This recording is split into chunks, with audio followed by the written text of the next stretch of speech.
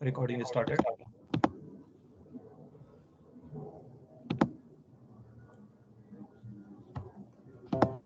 We'll allow the people now. We are going live. Okay.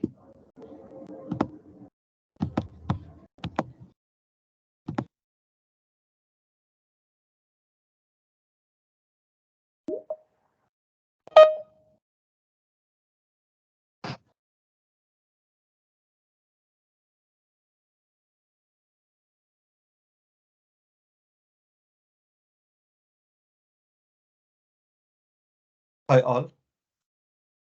Good morning to you all and warm welcome to the yet another PMI webinar sponsored by PMI Ireland chapter.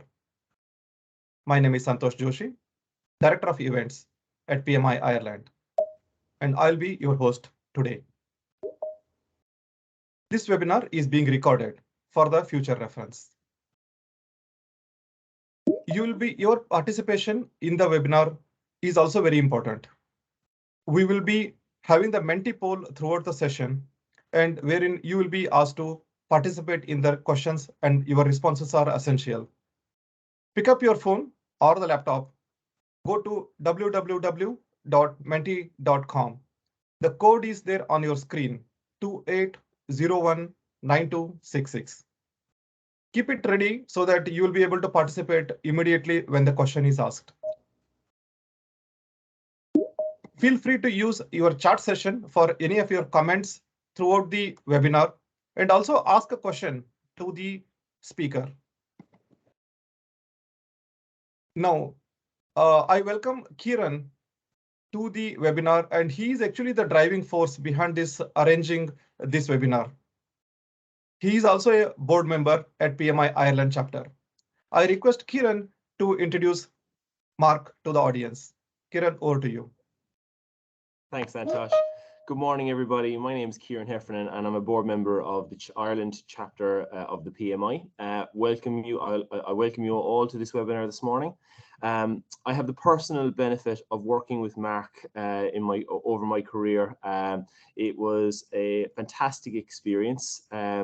His knowledge, his expertise, and his enthusiasm for what he does on a day-to-day basis made a huge impact in me and my career, the way I want to develop into the future. So I won't take any of this thunder. I'll pass over to him now, and hopefully you gain the same type of insights and enthusiasm that I got from my experience with him. So I hope you all enjoy. Awesome. Thank you for that, Kieran. Okay, so welcome everybody, and thanks for gracing us with your time. This isn't a big pitch on myself, but just to give you some insight in terms of my background, I thought it'd be useful just to give a quick kind of bio there. So I started out kind of 30 years ago now, out in first tier automotive supplier land. Basically designing production lines and manufacturing systems for first tier automotive suppliers, largely kind of serving the likes of Toyota, Nissan, Honda, etc. So that kind of got my sort of core grounding in the world of almost TPS back then, total production systems, and kind of lean thinking. Since those days, I've progressed to many a kind of sectors and different roles. I had a global role in Dell. I used to be a senior manager in Tata Steel as well, and also worked. I was the head of business excellence in the NHS shared services, so coordinating teams kind of onshore and offshore to do all the back office processing for the NHS and all the procurement. So and then nowadays I work in the construction sector. I head up the operations for BBI services, where we help teams all across the sector, in essence, getting the groove to improve and collaborate and try and make each program each day better than the last one, but not as good as the next. So that's in essence. And then just on the right hand side, this isn't a sales pitch, but there's a number of books that I've written in the past on employee engagement and how to get the best out of our teams, basically, and a few leadership journals as well. I actually live up in North Wales. I've got my wife Sonia and 2 boys, Lincoln and Dexter, and just the picture in the top left-hand corner has a lot of synergies to the work I do nowadays. And so I do a lot of mountain biking, and the key thing with mountain biking, it's very relevant to leading change in organizations. And putting it bluntly, if you're not fully committed when you're going down that hill, down that mountain, you're going to hit a world of issues, and it's not going to look pretty. And it's the same with leading teams and leading change in organizations. If we're not fully committed, yeah, we're not going to get the result that we ideally intended and want, and it doesn't look very pretty. Okay, so that's my kind of background. Okie dokie then, Santosh, you want to click us on? Sure. Lovely. So first off, we've got a, this is almost a loaded question, but if you're connected onto the Mentee meter there, just question yourselves, how do your teams that you're actually working, do they feel connected? And we'll explain what we mean by connected in a minute. We'll just see how we feel initially. Partially connected. Okay, 22% strong yeses. No nos. Okay, that's encouraging. Okay, and partially connected. Okay, so that's quite insightful. So when we ask that question, do our teams feel connected? Our teams can feel connected in a number of ways. There's connected within the actual team, so they actually feel part of the team that they're actually working in. There's connected to the actual business and the business intent and the larger goals and aspirations of the business, and do they really see how they can bring value and help to that to reach that aspiration of the business. And the other real important factor is, do our teams feel connected to the customer and the customers that we serve? Okay, so there's those 3 facets. So as I said, it's a bit of a loaded question. On the outset, it seems quite a simple question, but it's actually quite deep. And but that's really our starting point when we're looking at to invigorate, engaging our teams to deliver dreams. That's almost the foundational is how connected are our teams to our customers, to our business, and within the team that they're actually part of. Yeah, do they actually feel that they're actually part of something? Yeah, and this links back to having a sense of purpose. Okay, right. So so interesting results there, but right, next slide that we've got here. So in essence, what we're trying to do in business and with our teams, everything that we're trying to do ultimately is achieve excellence, and that could be operational excellence, business excellence, service excellence, yeah, whatever it may be. In essence, how do we define excellence? Well, it's actually quite simple. It's where we've got exceptional levels of performance, sustained and locked in through exceptional practices. So that's how we define it anyway. And so if we're starting at ground zero, and not saying that you guys are, but if we're starting at ground zero, that kind of fastest route to excellence on our little graph there is straight down that green path. That'll be our roadmap towards excellence. So everything that we're deploying in terms of practices, ways of working, has an impact on improving the performance of the business or better serving our metrics of service delivery for our customers. Okay, so that's almost kind of common sense.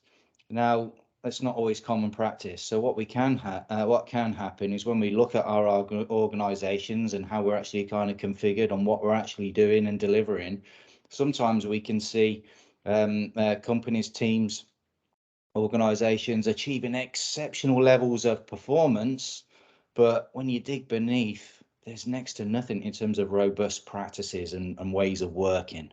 And in those kind of organizations, there's a number of reasons why that's the scenario, but typically it's a result of the senior leaders in the organization still having to keep tight control on everything, and banging hard on the numbers, sense checking that, like, is this happening, is that happening, and in essence acting a few levels below where they need to. And that's as a result of them not being able or having sufficient time to actually mobilize the troops and the teams that they've actually got working within them. Okay, so that's one scenario, that desk thumping kind of territory. Yeah, and incidentally, because those robust practices aren't in place and people aren't doing the right things at the right level at the right time, take those few individuals away from the top of the organization, and the sustainability of those results that they're achieving is put into question. It will soon drop. Okay, the other end of the spectrum, where I've got those happy mappers, this is the territory where we're looking to deploy kind of different ways of working, maybe cutting in onto kind of some of the technology side of things, getting carried away with some of the lean tools or Six Sigma tools and techniques, and almost losing sight of the purpose and the reason for actually applying those tools and techniques and deploying those new ways of working. And almost the focus becomes on the tool or technique, not on the performance improvement that we're trying to deliver on the output of it. So those of you that are familiar with lean as an example, I always use value stream mapping. I've seen many organizations deploy value stream mapping their processes and getting carried away with the actual map itself, and not really where the map should be pointing them. What's the improvement plan on the back, and how are they catching that and driving those focused improvements? Okay, so ultimately everything we're doing is delivered to drive and achieve excellence. Okay, right, next slide there, please, sir. Thank you. Right, another Mentimeter question. So with all that in mind and all that said, what do we feel is currently constraining our ability or your ability to better serve your customers? What's getting in the way?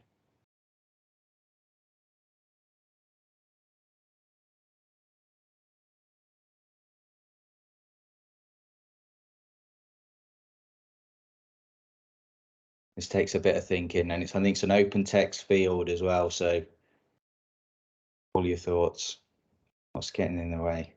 There's a resistance in the dark. Okay, so some communication issues. Yeah, clarity, lack of resources. Yeah, incorrect expectations. Okay. There were some things in and around strategic alignment, absolutely. Resources seems prominent. Lack of resources, lack of time. Okay, interesting. Lack of motivation, okay. Right, fantastic. Yeah, so there's a number that's quite encouraging, because there's a number of things in there, which is what we're all going to kind of what the rest of this session is going to pull out and get into. Okay, lack of resources is always a big one. That links to kind of lack of time, and we've never got enough people. We've never got enough hours in the day to kind of do this stuff, and how do we actually kind of free that up, and help make more time to do the right things right? Okay. Excellent. Right, on to the next slide there, please, Santosh. This kind of links back to some of the, I think that first kind of Mentimeter kind of question we asked about, do I feel teams actually feel connected? And it kind of, your responses to that first question actually marry up to the studies that have been done by Gallup. And so Gallup did a real extensive study of employee engagement, and they found that 75% of employees, in essence, are disengaged at work. They're not feeling connected to the business. They don't really kind of they're just a lot of people are just turning up and not really showing up, if that makes sense. So there's the opportunity at hand. There's how do we tap into that 75%, the large majority of the people that we've got in our workplace? Okay, on to the next one. And it's trying to get away from this old kind of it's not my job kind of thinking, an attitude, and if there is a problem in the way, just kind of going around it and and almost not being bothered to kind of fix it. Next slide, please, Santosh. So in terms of what we see here, do we ever see in our teams where a problem arises? How often do people or are people actually just standing back and letting the problem just happen? Or are we actually seeing our teams and our people actively get stuck in, not only just to contain the problem at hand, but more importantly, to put in the preventative action to ensure that that problem that we've got in front of us never bites us again, and we prevent kind of reoccurrence of that kind of issue. So we want our teams not standing back watching these problems burn or manifest, or even trying to just pass them up to the leaders at the top, and just push problems up, but actively do what they can to get a grasp and fix problems at their own level. Okay, so that's the difference. That's what we talk about engagement, and it's kind of seeing what we can do to eradicate the working dead, as I call it, in our teams. And you may be familiar with kind of or may encounter some of the working dead already. So people that kind of just turn up and lack that kind of energy and enthusiasm, and just want to get through the day, and sometimes just have an attitude and an ambience about them that when presented with an opportunity to get stuck in and help improve a problem at hand, just kind of moan and groan and have all the reasons why we can't do things. So there's some symptoms actually coming up that how you can kind of recognize elements of what we call zombification across your teams. It's this kind of flagging morale, even having unwavering kind of visions in your organization, emotional outbursts, a lack of kind of collaboration. Sometimes people feel distant, and back to that connected word, they feel disconnected, not part of, no sense of kind of purpose, etc. So that's the essence of the working dead, and it's more common than you initially appreciate across a lot of organizations.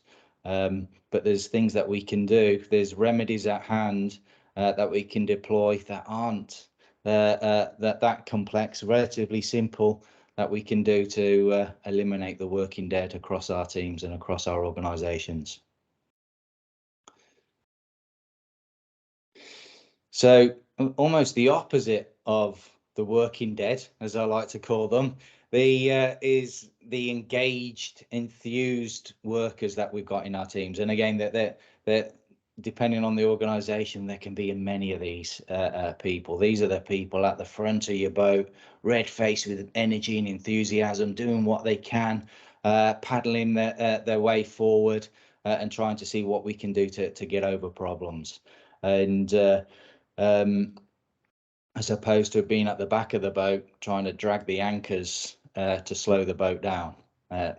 So from an employee perspective, this is where our employees are.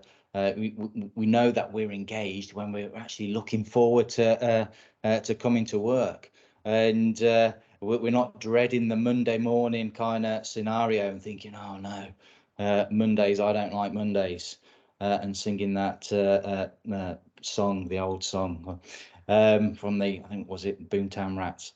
But yeah, so ideally we can see and sense that this kind of pride, passion, energy, enthusiasm within our teams. And from an employer's perspective, it's seeing and appreciating that all our teams, in essence, the desired state, we've got everyone in the groove to improve, doing what they can to make tomorrow better than today, but not as good as the day after. And having this relentless pursuit for a better way. Okay, next slide there, please, Santosh. So this is a useful question then to ask our teams, and there'll be lots of employee kind of surveys that no doubt that you'll be used to and exposed to. But this is almost a killer question.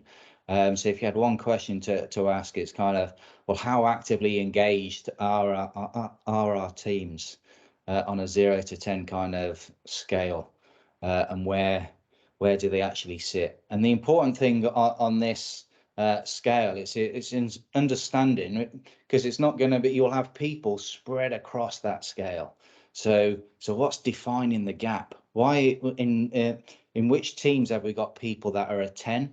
Have we got some teams where the people right in the zombie territory, totally kind of disengaged? But what's the reason of the gap?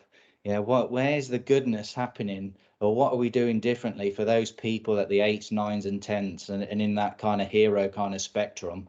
And how can we bottle all that goodness and create a consistent culture of everyday heroes across our teams? Yeah, as opposed to sometimes the thinking is just focusing, no matter what we're measuring and reporting, focusing on the people at the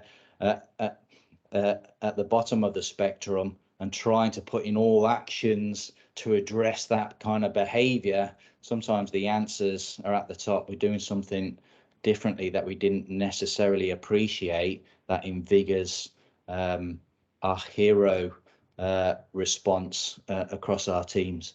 And in essence, a lot of this comes down to leadership. And when you're working in large organizations, you'll see kind of pockets of excellence, and that can be and very different cultures from one team to the next, and it's all triggered by the leader within that team. Okay, I've worked in many organizations, and in one organization that was based on one site, having different production teams and even different shifts on a production line, I've actually seen a different culture on a different shift on actually the same line. And it's really bred by the actual team leader that works and shift leader that works that line. So you can have micro cultures within a culture. Okay, so yeah, interesting question to ask when you get back to camp. Right, so the potential sources of zombification. So what all these slides, by the way, are shared afterwards. So these questions are pulled out of, if any of you are wise to Kipling. So there's a famous poem from Kipling, and it goes, "I know 6 honest working men. They taught me all I knew. The names were what, why, when, how, where, and who." Okay, so they're the 6 honest working men, and the best way to use those 6 honest working men is using it as an is and is not kind of approach. So, for example, here, from your perspective, what is employee engagement? And then also, what isn't it? Yeah. So it's asking the opposing kind of question. Why do employees actually engage themselves at work? And then why don't they engage at work? What are those kind of things that are driving against it? So you go through those questions and ask both sides of it, and it starts to reveal quite a lot. It can be very insightful when you actually kind of go through this approach and ask these 12 questions. But then on the back of those 12 questions, think of, okay, so those differences, what can we do? How can these questions then help to feed some focused improvements? Okay, so definitely a next step to use. Look back at those questions when we share the slides, see what they mean to you, to your teams, and see what actions they can kind of provoke and help you drive. In essence, when we look at our teams and how we're working and how we're configured, there's 2 kind of core purposes of everything that we do. One is kind of managing the day-to-day and getting a total kind of grasp on that, ensuring what should be done, getting done is getting done.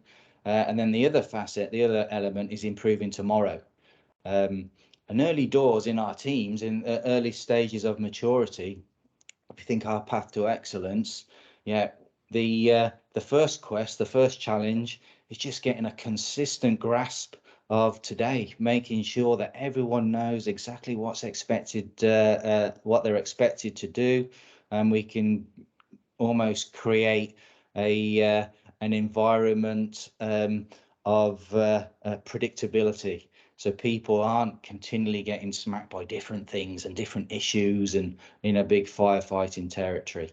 So the first task is managing today and being good and effective at that, and getting our guys and our girls all around and engaged in handling the day-to-day, handling our customers and doing what's expected. The next bit then, as our teams start to mature, that handling today is almost a given. It's a natural reflex, and it's almost boring. So how do we make it more interesting, more challenging, and start really gunning for greater things? And that's where we want to start to shift the weighting and the bias in our teams to start looking at and improving tomorrow. One of the mistakes kind of early doors, if you think you're at the bottom end of that graph, is trying to improve tomorrow straight away before we get a handle on managing the day and the day-to-day. Okay, but yeah, so improve the day and manage the day, and then start to improve tomorrow. And as our teams, as I say, mature, we can start to put more effort, more focus on improving tomorrow, and more of our team time looking at the next things that we can start to do and deploy. And that kind of links back to this kind of leadership challenge that we've got here. So thinking about, well, how much time are we actually spending firefighting in our teams and in our roles? So when we come in, how much time is actually spent on daily operations, and how much time is actually spent firefighting issues just to get a handle of the day-to-day and ensure what we did plan is actually the reality. Yeah, so that's think about that. Where are you guys at the minute in terms of and your teams in terms of the percentage of firefighting that you're doing? So and firefighting is responding to these kind of surprises that when you walk in you didn't expect that to hit, or and 9 times out of 10 you're actually fighting the same fires day in and day out and going in a vicious circle, and you've got so many fires that are alight that you haven't got time to fix them effectively, so that they batter you then the next day or the next week. But as we correspond, kind of moving down, ultimately linking back to our scales, once we've got a handle of the day-to-day, putting the right controls in place, clarify people's roles, expectations, get standardized ways of working where appropriate, and clear kind of processes in place, then we can start to focus more on that systematic improvement. And when we talk about systematic improvement, I always talk about putting in these 100-year fixes. So this is where we're not in this containment territory. We're actually freeing up time to actually put in these robust fixes that will prevent problems from actually happening, and even looking beyond problems that are surfacing to actually looking at where's the next opportunities lie. So looking at the appropriate application of technology and digital ways of working to give us that extra leverage in what we do and how we work. Next slide there, Santosh. Right, so that's almost the leadership challenge that we described kind of further up. But if you're in that firefighting in sort of territory, and your teams are kind of getting smacked by a lot of issues, and as leaders, we've already said that ultimately the culture of the team is dictated by the leader, and it can be the first line supervisor that really can have a massive impact in the culture and the makeup and the natural reflexes of that team. So how do us as leaders actually clear the way for us to spend more time with our team? One simple way, you've probably seen things like DILOs or WILOs, day in the life of, or week in the life of. One simple way of working is looking at your roles and all the tasks, all the things that are smacking you, all the things that you've got to get done. Make it, what does your actually work plan, your workload actually look like?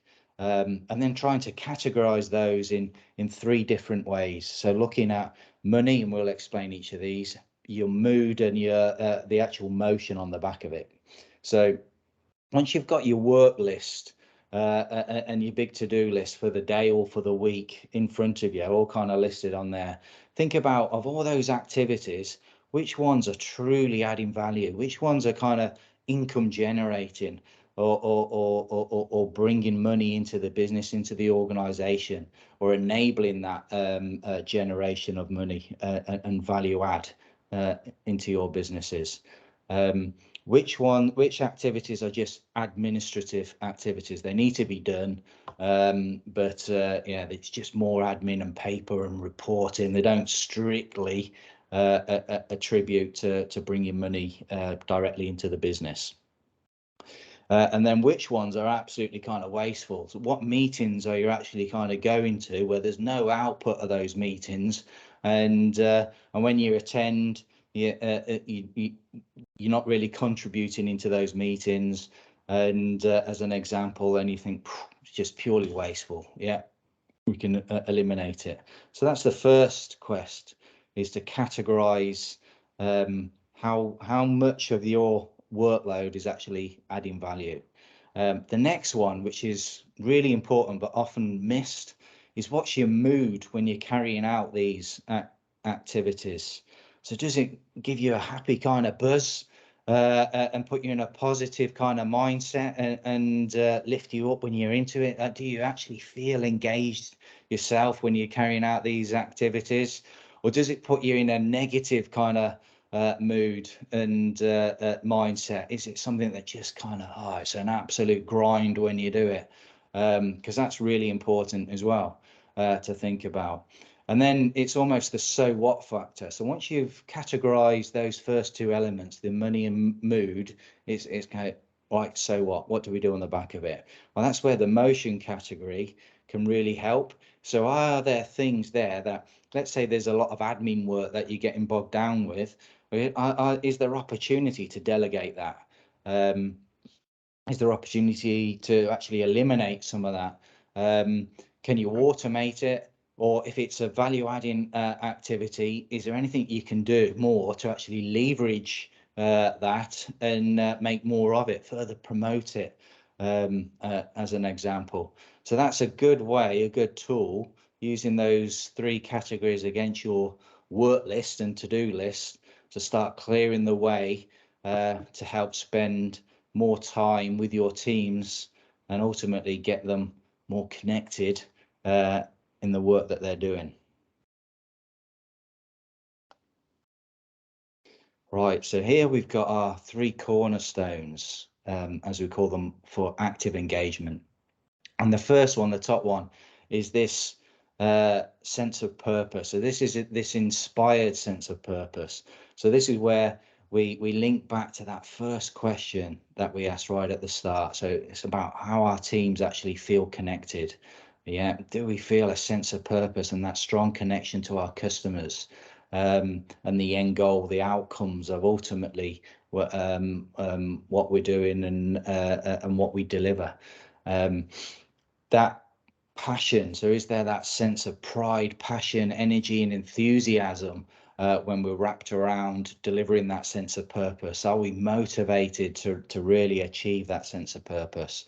And the power, do we actually enable our teams grow the capability so that they can look to make improvements and at their own level, have the freedom to kind of trial, test, experiment in a safe environment as well. So it's giving them the power to improve. So, but it starts with that sense of purpose, generating the passion in our teams, that energy and enthusiasm, wrapping that around that sense of purpose, and then ultimately giving them the power to improve. Okay, another question on the Mentimeter. So thinking about your teams and that sense of purpose and driving betterment, reaching for excellence, what's your compelling need or call to action at this point in time to improve today, make tomorrow better than it is today, to strive for excellence, growth, okay?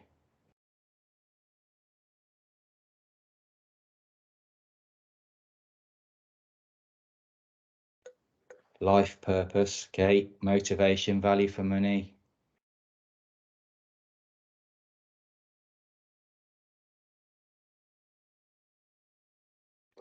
Any more? I think compelling. It's always a good word there, compelling. We've got a compelling vision, a compelling need. When we think of invigorating, engaging our teams, yeah, everything that we set out, that why factor has to be really compelling to get people kind of wrapped around it and believe in it. Okay, succession plan, improve profitability, growth.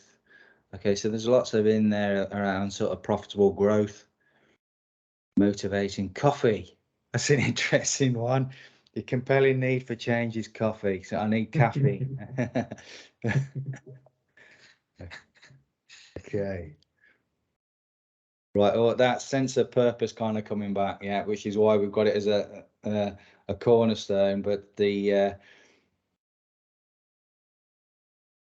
okay, so our purpose is our compelling need. Yeah. Whatever that purpose may be, better serving our customers and achieving our service excellence in what we do. Okay, rightio. So interesting stuff. On to the next one.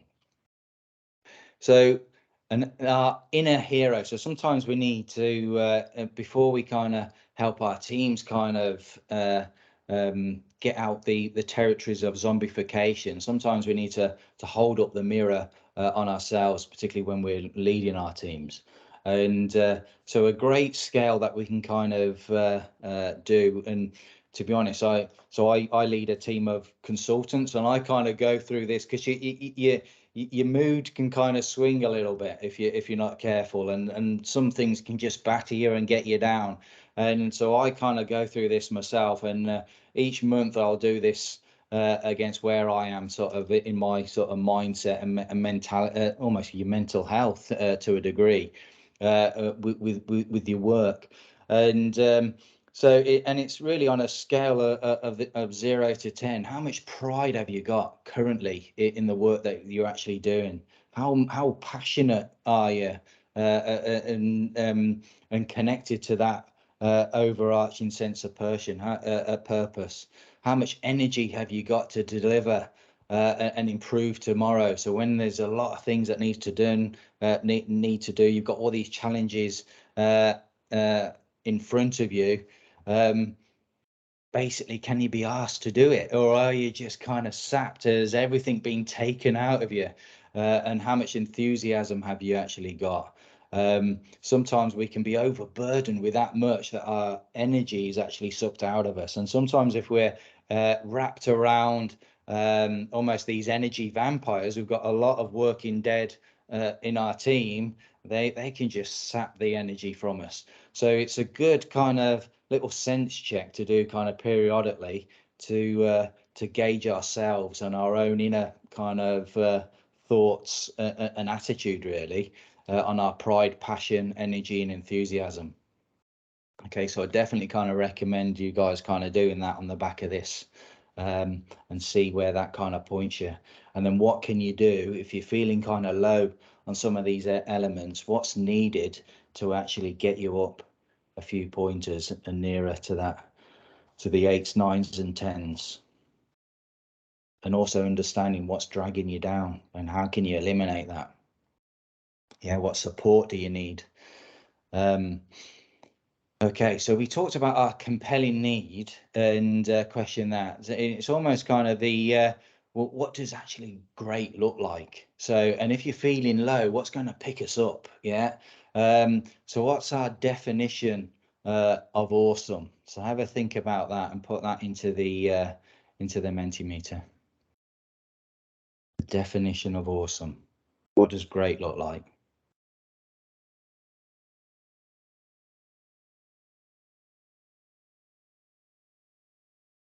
So this can be all the definition of awesome within your teams, within your personal self.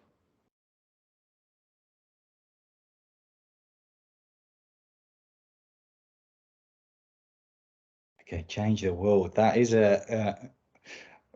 that's a big definition of awesome. Change the world. Yeah. Delighting the customer. Okay. Good team support where possible. Understand and support each other. Okay. Challenges have a clear sense of mission.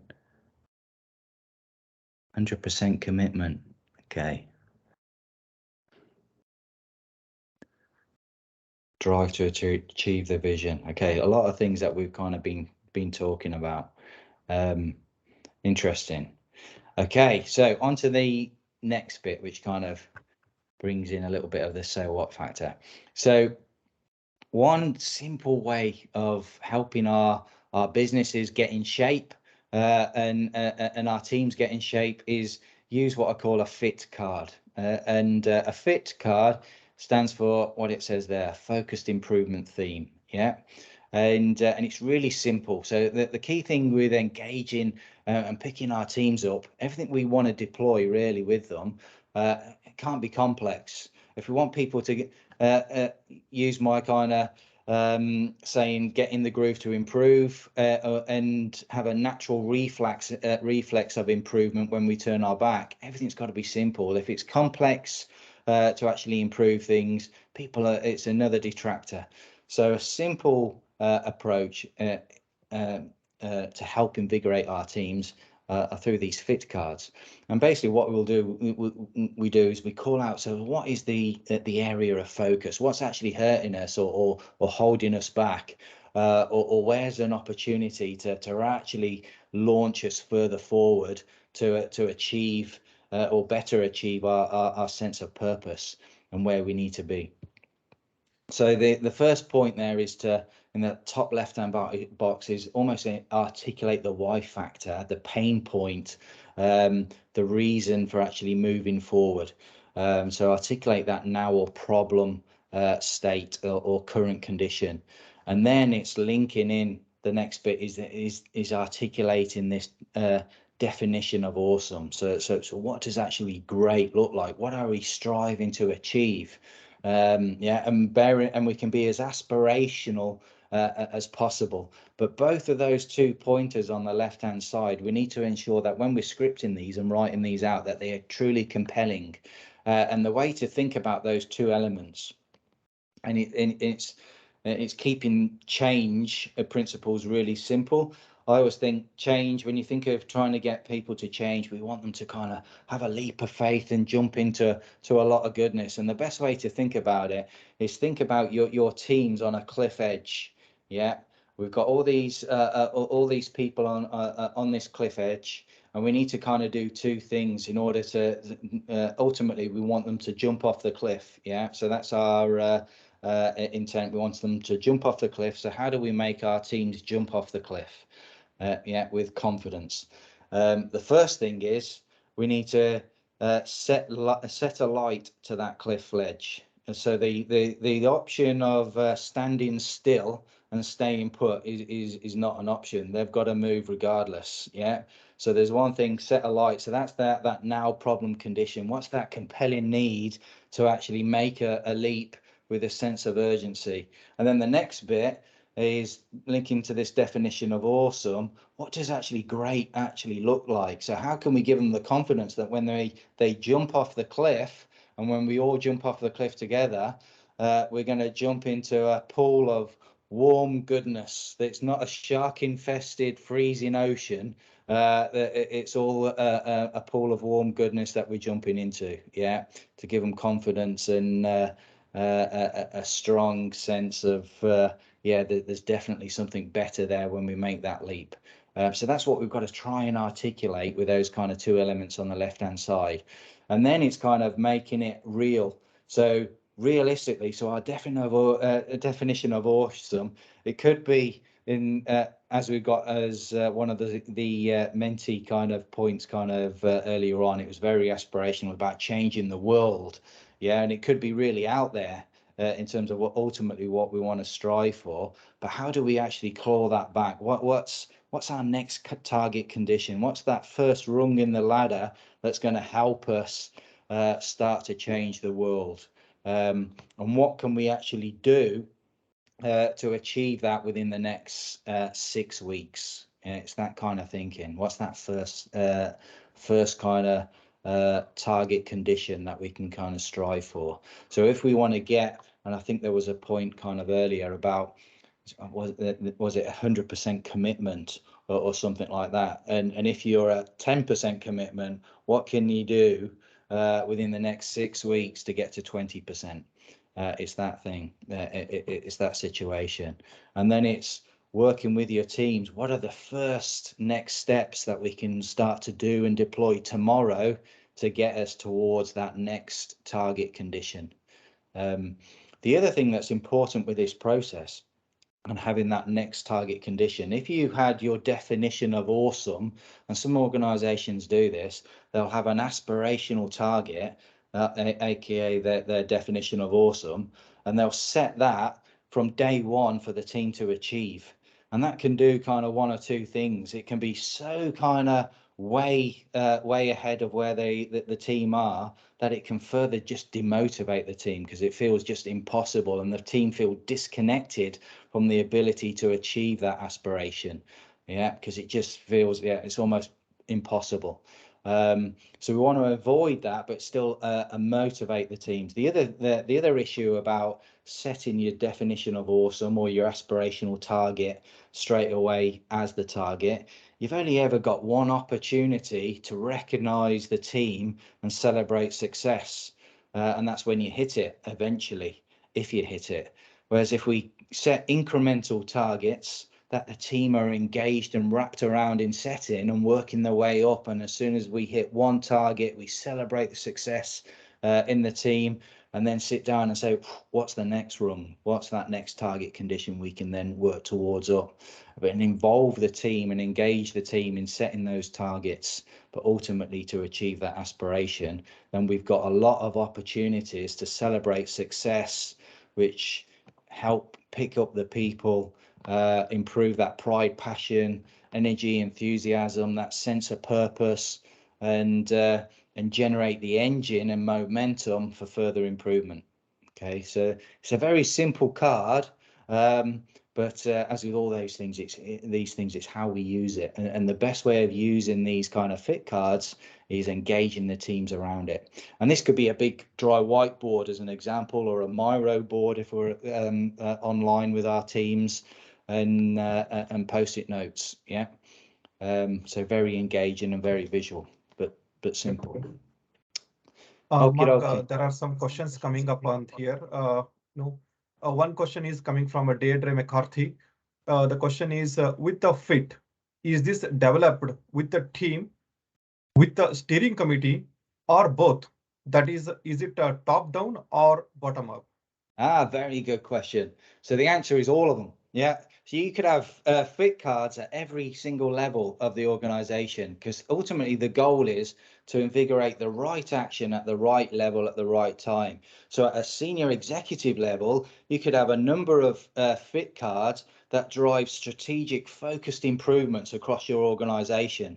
But bearing in mind that you're not going to change the world overnight, there's going to be, it's breaking it down into bite-sized chunks. So it's a great way for senior leaders to flesh out strategic focused improvements at that level, that are going to drive step change improvement, but also can be used at a supervisor, first line supervisor, first line manager level with their teams, driving daily improvement as well. So that's the benefit of this fit card. It's so simple, but it is applicable at all areas, all levels. And the other benefit is when people at a team level, an operative level, are seeing leaders and their boss's boss almost using the similar approach, it all becomes, they feel even further connected to the culture, to the team, to the organization. Yeah, and everything's familiar. Yeah. But no, great question. Was there any Sure. other questions there, Santosh? Yeah, just one more question that is actually based on the previous slide here. The question is coming from Jer McClarney. The question is, where do you regularly see average on the scale with 0 to 10? Oh, yeah. So that's what, yeah. It depends, to be honest, on here. And this is very much, it can be situational kind of driven. So I know from my personal experience in using this, and I do use this kind of regimentedly, each month I'll gauge myself. You could do it more frequently. I've asked leaders in certain teams that are high kind of moving to do this every week at the end of each week. But I know for myself, from 1 month, I've had a real bad month, and it's pushed me right down at the bottom spectrum. But I guess the more important thing isn't the score. It's with all these things, back to that performance practices kind of graph and the quest for excellence, the roadmap for excellence.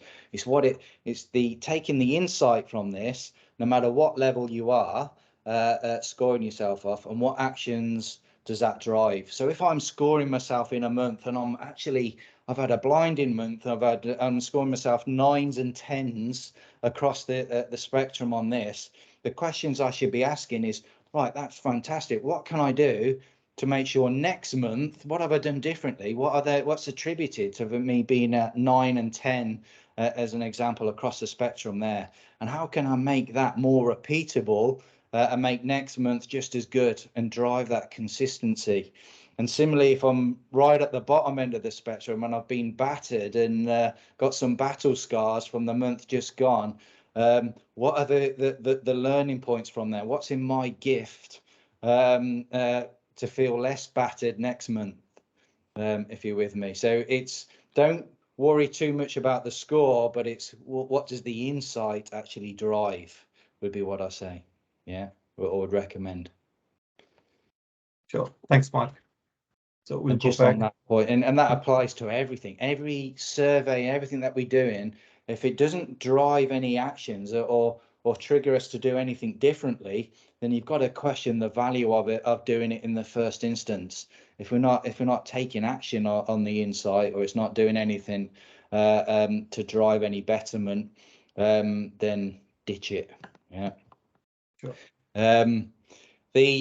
So this is another useful tool to actually do. Again, it's really simple. So those of you that are familiar with the old school kind of Top Gear, they used to have a cool wall, and they used to go through the latest releases of cars for that kind of current week in the episode, and they would put on their cool wall how cool these cars were, these new cars, where Sub-Zero being absolutely kind of awesome. So they'd probably have something like a Lamborghini or something in the Sub-Zero category, and some I won't name any dodgy car, but some dodgy, unreliable, ugly car put in the seriously uncool kind of section. Anyway, this tool, this cool wall, is a really good way to promote, recognize good behaviors, key successes in our team, and put that kind of encouragement there. But also recognize and call out poor behavior and bad behavior in our teams. And I found this to be really effective. And this is where it's not just the leader putting these and spotting these. We invigorate all our teams to put pictures, samples, examples, even if it's copies of emails. Actually, somebody had an email from a customer and it was capitals and really shouty and everything else, and it put me in a bad space. And you could print that out and put that on the wall as an example. Seriously uncool. Yeah, or if it was one of your colleagues that had communicated in a certain way. Now, there's 2 rules on this wall if you apply it. One is no names, And the other one is no blame. So no name and no blame. So we don't call out people, and but it's the behaviours that we call out.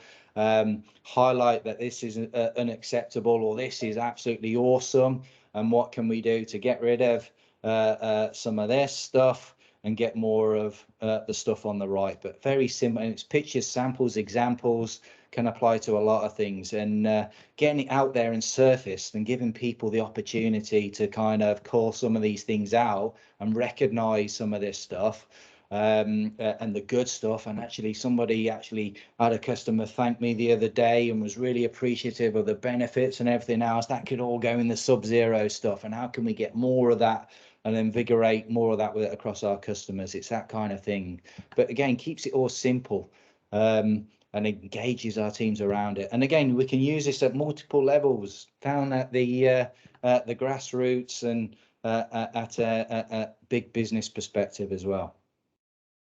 Okay. Conscious of time, I know we've got 5 minutes left, so just some top tips there. Ultimately, that's going to really make the difference. The top one there is creating the right environment. So starting with our leaders, how can we free up leadership time so we can spend more time with our team? And set up some of these kind of ways of working. Positively kind of reinforce the right things, looking at putting in the right targets, cementing that kind of why factor, this compelling need, and invigorating a strong sense of purpose. Linked to that is the strong communication. And can you do that strong communication? The old fit card there can help with that. So linking teams to targets, so everyone knows when they've had a good day. Bizarrely, it's amazing how common it is when teams don't even know whether they've had a good day or not. And straight away, when you ask that question, how do you know whether you got a good day, and they can't tell you, you know instantly that they're not connected. So teams need targets. We've got to keep it really as simple as possible. And the engine for improvement and engagement is the recognition and opportunity. Just a simple thank you. And also linked to that is just in time kind of learning. Learn at 10, do at 11. And that applies to kind of where we're teaching people how to the concepts of a fit card, so we can teach them, right, this is a fit card, this is how we're going to use it, right, let's knock one up, get it up in place, rather than wait another week or another month before we then actually roll a fit card out. Learn at 10, do at 11. And it applies to lessons learned as well. If we've learned from a problem smacked us, and there's some learnings to be learned, let's put in the solutions now for tomorrow. Okay, so some top tips there that were useful. And then last point there's just some examples of teams that have basically got in the groove to improve and done a lot of these stuff. And they're real quotes from the teams. And there was one in there, that bottom right one, which I'm most kind of proud of. And it's basically the team that we work with there. They improved their performance 180% when we all left. And the support that we provided for the team was pulled back. So that really shows that when you turn your back, and the teams are really driving improvement and catching opportunities themselves. When you walk away, that's when you really know that your teams are connected and engaged. Okay, so I just thought I'd finish with that. Okay.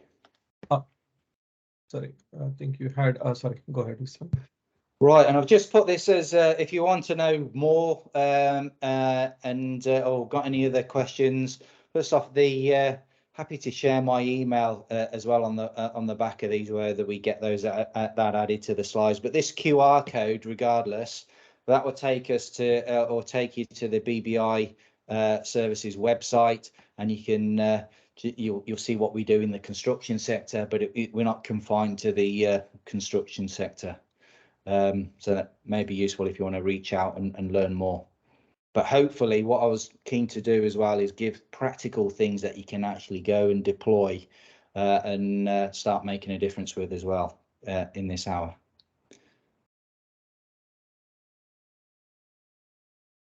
Thanks a lot, Mark. It is a really insightful session for all of us with the practical tools that we can implement in real life too.